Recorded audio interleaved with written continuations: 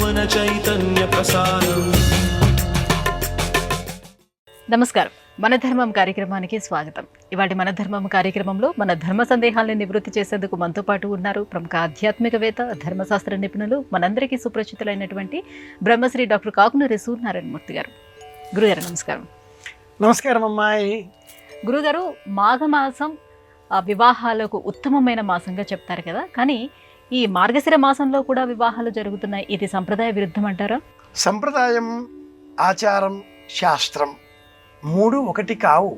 సంప్రదాయం మనం పాటించేటటువంటి ఒక అలవాటును క్రమేణా క్రమేణా క్రమేణా అనుసరిస్తూ ఉండడంతో అది ఆచారంగా మారుతుంది. ఆచార ప్రభవో ధర్మో ధర్మస్య ప్రభురచ్యుతః అని విష్ణు సహస్రనామ స్తోత్రం. సంప్రదాయం సమ్యక్ ప్రదాయం, మనం పాటించేటటువంటి అలవాటు. ధర్మం ఈ రెండింటికి భిన్నమైనది. ధర్మం శాస్త్రాన్ని ప్రమాణంగా సోపపతికంగా నిరూపించాలి అంటూ ప్రశ్నిస్తుంది.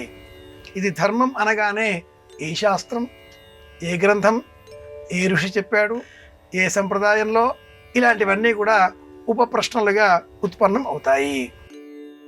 మార్గశీర్ష మాసంలో వివాహాలు చేయడం ఆచారానికి మాత్రమే సంబంధించిన అంశం.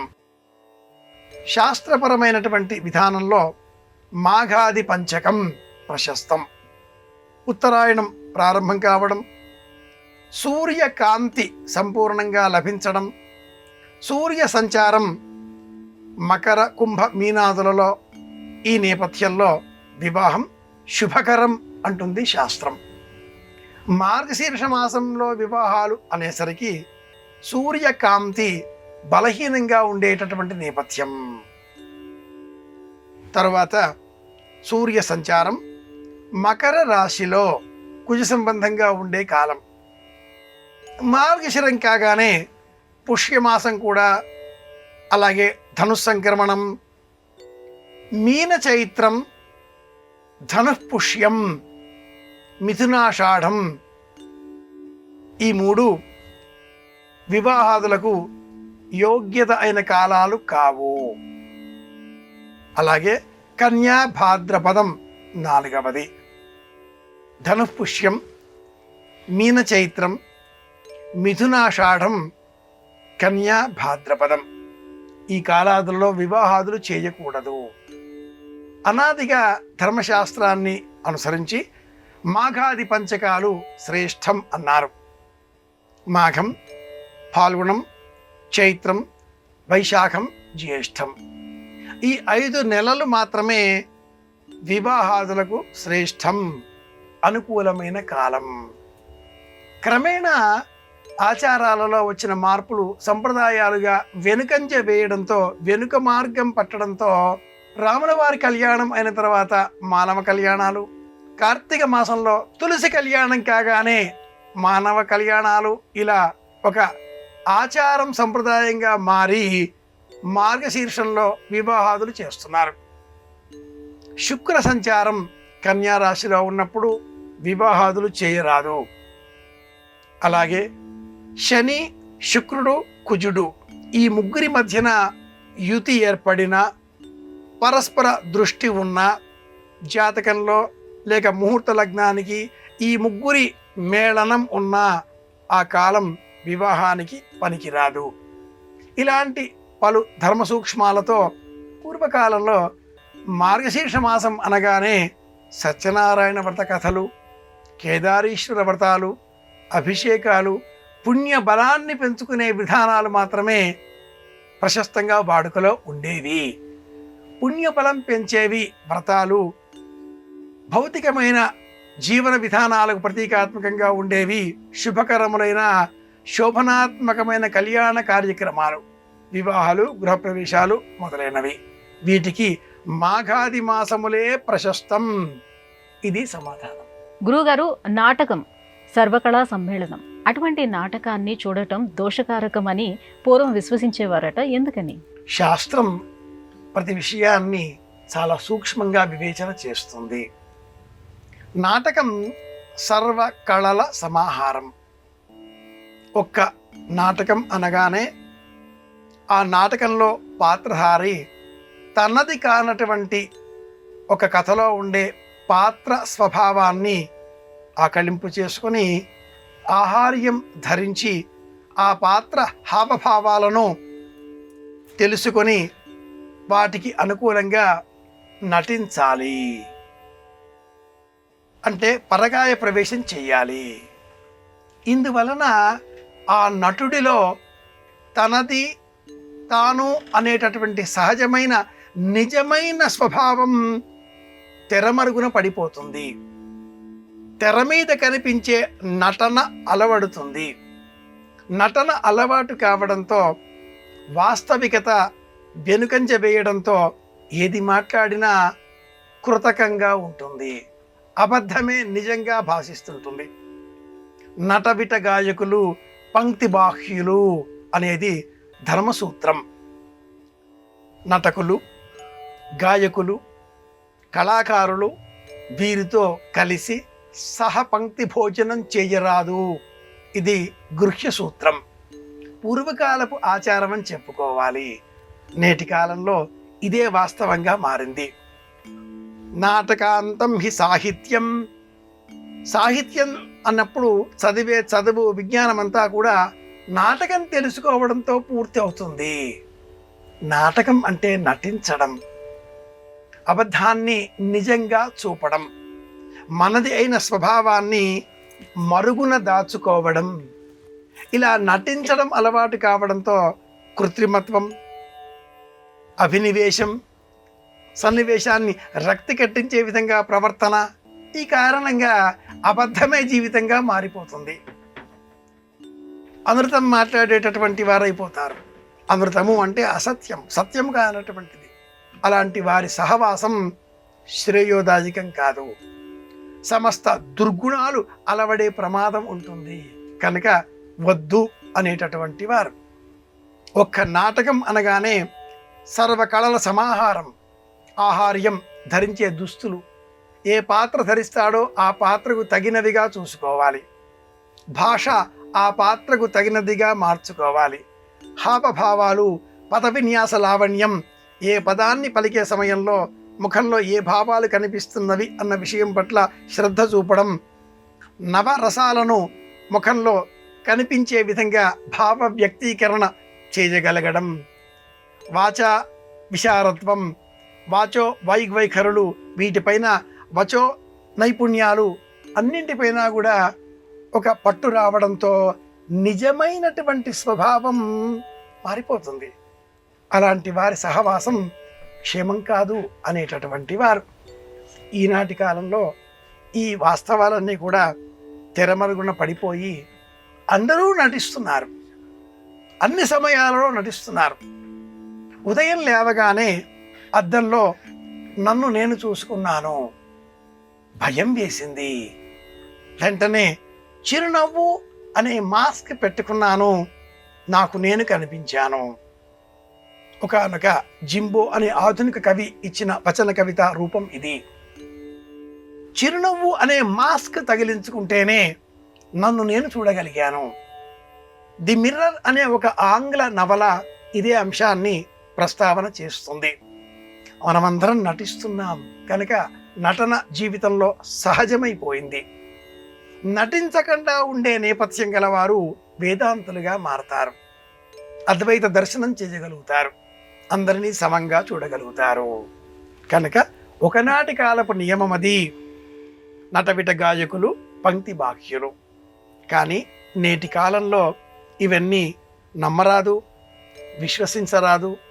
అందరిలో కూడా దైవాన్ని చూసే ప్రయత్నం చేయాలి. గురుగారు, శ్రీ మహాలక్ష్మిని ఆహ్వానించడానికి సంధ్యా సమయంలో దీపారాధన చేస్తూ ఉంటారు కదా, అయితే ఈ సంధ్యా సమయంలో నిర్దిష్టంగా ఏ కాలంలో దీపారాధన చేయాలి? దీపారాధన చేయడానికి సూర్యాస్తమయం 48 నిమిషాల కంటే పూర్వం ప్రశస్తం.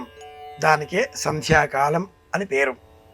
సంధ్యాయాం గాయత్ర్యాభిమంత్రిత ఆప ఊర్ధ్వం విక్షిపంతిత ఏతా ఆపో వజ్రీభూత్వా తా నిరక్షాగంసి మందేహారుణి ద్వీపే ప్రక్షిపంతి యత్ ప్రదక్షిణం ప్రక్రమంతి తేన పాప్మానమవధోన్వంతి యుధ్యంతమస్తంభ్యంత. వైదిక మార్గంలో సూర్యుడికి ఎంత ప్రాధాన్యత ఉన్నది అంటే సూర్యకాంతి కారణంగానే ఈ దేహం మెలనిన్ అనే పిండి పదార్థం సిద్ధం చేసుకుంటుంది, ఆరోగ్యంగా ఉండగలుగుతాం. అలాంటి సూర్యకాంతి సూర్యాస్తమయం అనంతరం మనకు లభించదు. చీకట్లు అలముకుంటాయి. చీకట్లు వాతావరణంలోనే అలముకోవాలి, మనస్సులో కాదు. మనస్సులో ఎప్పుడు ఒక జ్యోతి సదా వెలుగుతూనే ఉంటుంది. మనసులో వెలిగే ఈ జ్యోతి భౌతికంగా కూడా కంటికి కూడా కనిపించాలి అనే ఉద్దేశ్యంతో చీకట్లు అలుముకోకూడదు, నిరాశ రాకూడదు, స్తబ్దత ఇంటిలోనికి ప్రవేశించరాదు అనే లక్ష్యంతో సూర్యాస్తమయం కాకంటే పూర్వమే 48 నిమిషాల కంటే పూర్వం దీపారాధన చెయ్యాలి. రిలే అనే ఒకనొక పరుగు క్రీడా పందెపు పోటీని గమనించినట్లయితే ఈ క్రీడా స్పర్ధలో పరుగు పందెంలో 2, 3, 4 క్రీడాకారులు ఈ పరుగు పందెంలో పాలు పంచుకుంటారు. ఒక ఆవృత్తి పూర్తి చేసి వచ్చిన తర్వాత తన చేతిలో ఉండే కర్రను తదుపరి క్రీడాకారుడికి అందిస్తే అతడు పరుగు పందెం ప్రారంభిస్తాడు. ఈ మొదటి క్రీడాకారుడు తన ఆవృతం పూర్తి చేయకంటే పూర్వమే ఎంత వేగంతో అతడు పరిగెత్తుతున్నాడో అన్న అంశం పైన ఒక అవగాహన కలిగిన రెండవ క్రీడాకారుడు అంతే ప్రమాణ దూరంలో ముందుగానే ఈ భారీ జారులో వరుసలో పరిగెత్తుతూ ఆరంభించి అతడి చేతిలో ఉన్న కర్ర పుచ్చుకొని క్రమంగా ఆ సమయంతో ఆరంభం కాగానే తన ఆవృత్తాన్ని ప్రారంభం చేస్తాడు. ఆ సమయం దీపారాధనకు సంబంధించి 48 నిమిషాల కాలం. సూర్యకాంతి అంతం కాకంటే పూర్వమే దేవతారాధన చేసేటటువంటి చోట, అలాగే తులసి కోట వద్ద దీపం వెలిగించాలి. ఈ దీపం వెలుగుతూ వెలుగుతూ వెలుగుతూ ఉండగా క్రమేణా మన నేత్రాలు ఈ కాంతికి అలవడతాయి, నెమ్మదిగా చీకట్లు వ్యాపిస్తాయి, సూర్యుని అదృశ్యం కావడం, ఆ రూపం కనిపించకుండా పోవడం మనకు తెలియకుండానే అయిపోతుంది. పూర్తిగా చీకట్లు అలుముకున్న తర్వాత దీపారాధన చేయకూడదు, ముందే చెయ్యాలి. ఆంగ్లంలో ఒక సామెత ఉంది, make hay while the when sun shines అని ఆ ఆంగ్ల సామెత. దీపం ఉండగానే ఇల్లు చక్కబెట్టుకోవాలి అంటారు మన వారంతా కూడా. కనుక సూర్యాస్తమయం కాకంటే పూర్వమే దీపారాధన చేయాలి. ఇది సంధ్యాదీపం వెలిగించడానికి ప్రశస్తమైన కాలం. అలాగే సాయంత్రం వేళ మళ్ళీ స్నానం చేయాలి అంటూ తలంటుకోవడం, స్నానాలు చేయడం, భగవంతుని భయపెట్టే ప్రయత్నాలు చేయడం ఇవన్నీ కూడవు. విశేషంగా ఉదయము, మధ్యాహ్నము, సాయంత్రము ఇలా అదే పనిగా తలంటుకుంటూ ఉంటే త్వరగా కైలాసానికి వెళ్ళే ప్రమాదాలు ఏర్పడతాయి. మోక్షానికి పోతే ముసలెత్తుకు పోతుంది అనే సామెతను దృష్టిలో పెట్టుకొని సాయంత్రం వేళ దీపారాధన చేయడం కోసం కాళ్ళు కడుక్కోవాలి, చేతులు కడుక్కోవాలి, మొహం కడుక్కోవాలి, బొట్టు పెట్టుకోవాలి, పరిశుభ్రమైన మనస్సుతో దీపారాధన చెయ్యాలి. ఇంతే ప్రమాణం. గురువుగారు, పాట పులకరింపజేస్తే పద్యం పరవశింపజేస్తుంది. అయితే ఈ రెండిట్లో ఏది ముందు ఆవిర్భవించింది? పాట, పద్యం. సామాన్యంగా మన ఇళ్లలో మాట చెప్తూ ఉంటారండి, ఏం చేస్తున్నారు మీరు అంటే ఏముంది, ఏం లేదండి, ఊరికే కూర్చున్నాం. ఆయన ఊరికే కూర్చుంటాడు, పనా పాట అంటూ ఉంటారు. పన పాట. పని చేసే సమయంలో అలసట తెలవకుండా ఉండడం కోసం పాట పాడేవారు. శ్రీ సూర్యనారాయణ పట్నానిల్లు పట్నాన ఇల్లు శ్రీ సూర్యనారాయణ. ఊరిళ్ళలో పూర్వం పొలాలలో చేను లేదా వరి నాట్లు నాటే సమయంలో పాడుకునే పాటలలో ఒక పాట. అలాగే పనిలో శ్రమ తెలవకుండా పాట. పాట తరువాత పాండిత్యం పెరిగి వ్యాకరణం, అలంకారం, శాస్త్రం, సంధి, సమాసాలు, నియమాలు, ఈ పాటలో ఉండే సౌకుమార్యం శాశ్వతంగా మనం జ్ఞాపకం పెట్టుకోవడం కోసం శాస్త్ర విధుల రూపాలలో ఛందస్సు ఇవన్నీ కూడా నిర్మితమై పద్యం నిర్మాణమైంది. పాట, పద్యం అన్నప్పుడు ముందు పాట, తదుపరి మాత్రమే పద్యం. మనిషి పుట్టాడు, మాట పుట్టింది, మాట విస్తరించింది, ప్రకృతితో ఈ మాట మమైక్యమైంది, పాటగా మారింది. మాట పాటగా మారి ఆ పాట శాశ్వతత్వం పొందడం కోసం లక్షణ రూపాన్ని సంతరించుకొని హృదయమైన పద్యంగా మారింది. ఇది ఒక క్రమ పరిణామ సిద్ధాంతం. పద్యం ఎప్పటికీ జ్ఞాపకం ఉంటుంది. పద్యంలో ఉండే ఛందోబద్ధ నియమాల కారణంగా అటజని కాంచి భూమిసురుడంబరిజుం ఇది గుర్తుంటుంది. రక్షణాదక్ష కటాక్ష వీక్షణ సురారాతి భార్యక్ష శ్రీవక్షోజాగ్ర సుగంధబంధుర రసద్వక్ష సరోజాక్ష నీయక్షీణావ్యయ నవ్య భవ్య భవితవ్య శ్రావ్య కావ్య ప్రియా సాక్షాత్కారములివ్వి. పద్యం కాబట్టి గుర్తుంటుంది. ఛందోబద్ధమైన విన్యాసం. పాటలో లయ ఉంటుంది, పాటలో హృదయం ఉంటుంది, పాటలో గంభీరత అనే దానికంటే ఆర్ద్రత ఎక్కువ. కనుక పాట తదుపరి వచ్చిందా అనే ఊహ కూడా కొందరిలో కలగవచ్చుగాక. కానీ ఆంథ్రోపాలజీ అనేటటువంటి ఒక విధానంలో మనం విశ్లేషణాత్మకంగా ఆలోచన చేస్తే మట్టుకు పాటనే ముందు, తదుపరి పద్యం. పాట పాడితే ఎలాంటి వారైనా నిద్రపోతారు. రామలాలి మేఘశ్యామలాలి తమరస నయన దశరథ తనయాలాలి. ఆచ్చిపోతాను అంటే ఏ చిన్నపిల్లవాడైనా సంతోషపడిపోతాడు. నేను వస్తాను అంటాడు. జో అచ్యుతానంద జో జో ముకుంద అనే ఈ పాటలో ఆచి అన్న పదం ఉంది. అలాగే పాట అన్నప్పుడు పిల్లలు పెద్దలు ఆచిపోయినంత ఆనందపడిపోతారు. ఎక్కడో తిరిగి వచ్చావా అంత సంతోషపడిపోతారు, పరవశించిపోతారు. పాట పద్యం రెండింటిలో పాట ముందు, పద్యం తర్వాత. గురువుగారు, ముద్రలలో చిన్ముద్ర ప్రత్యేకత ఏమిటో తెలియజేస్తారా? ముద్రలు అనేకం. ధేను ముద్ర, చిన్ముద్ర, ఇవి రెండు ప్రధానంగా మనం ఉదాహరణలుగా స్వీకరిస్తే సచ్చిదానంద స్వరూపమైనటువంటి పరమాత్ముడి ఉనికిని మనకు సాక్షాత్కరింపజేసేది చిన్ముద్ర. ఈ బొటన వేలు జీవుడికి ప్రతీక, ఈ చూపుడు వేలు దైవానికి ప్రతీక. భగవంతుడు ఇలా పైన ఉండేటటువంటి పరమాత్ముడు దిగి వస్తున్నాడు మనల్ని ఉద్ధరించడం కోసం. జ్యోతిష శాస్త్రంలో సాముద్రికం కూడా ఒక శాస్త్రం అని ఆలోచన చేస్తే అరచేతిలో చూపుడు వేలు గురువుకు పరమాత్మ తత్వానికి ప్రతీక. సబ్కా మాలిక్ ఏక్ చూపుడు వేలు పైన ఈ వేలు ఊర్ధ్వం చూపిస్తుంది పరమాత్ముడి ఉనికి, గురువు. ఈ వేలు బొటన వేలు మానవ జీవితానికి దేహానికి ప్రతీక అన్నట్టు సందర్భం ఉంది కనుక ఆలోచన చేస్తే ఎంత ఆహారం తినగలుగుతామో ఈ బొటన వేలు చివరి భాగ చూపిస్తుంది. ఎంతకాలం బ్రతికి ఉంటామో కూడా ఈ రెండింటి మధ్యన ఉండే రెండు లైన్లు, రెండు గీతలు వివరిస్తాయి. మానవ జీవన ఆయుర్దాయాన్ని నిర్ణయించే స్వరూపం బొటన వేలు. ఇల్లాలు, జీవిత భాగస్వామి, సహచర్యం, భార్యాభర్తలు ఎంతకాలం కలిసి జీవిస్తారు తదితరాలన్నీ ఈ వేలే సూచించేది. ఈ వేలిపైన ఏవైనా తిలముద్రికలు, పుట్టుమచ్చలు ఉన్న ఎడల వచ్చే ఫలితాంశాలు కూడా విశేషం. అలాంటి ఈ బొటనవేలు భౌతికమైన జీవితానికి ప్రతీక, జీవ ఉనికికి ప్రతీక. ఈ అంగుష్ఠమాత్ర ప్రమాణ జీవుడు అని కూడా వేదాంతం అందుకే బోధిస్తుంది. అంగుష్ఠము బొటనవేలు. ఈ బొటనవేలుని ఇలా పైకి చేసి చూపుడు వేలుని ఇలా దిగువన చేసి బొటనవేలు పైన ఉండే చక్రాన్ని చూపుడు వేలుతో నొక్కి పెట్టడమే ఇది చిన్ముద్ర.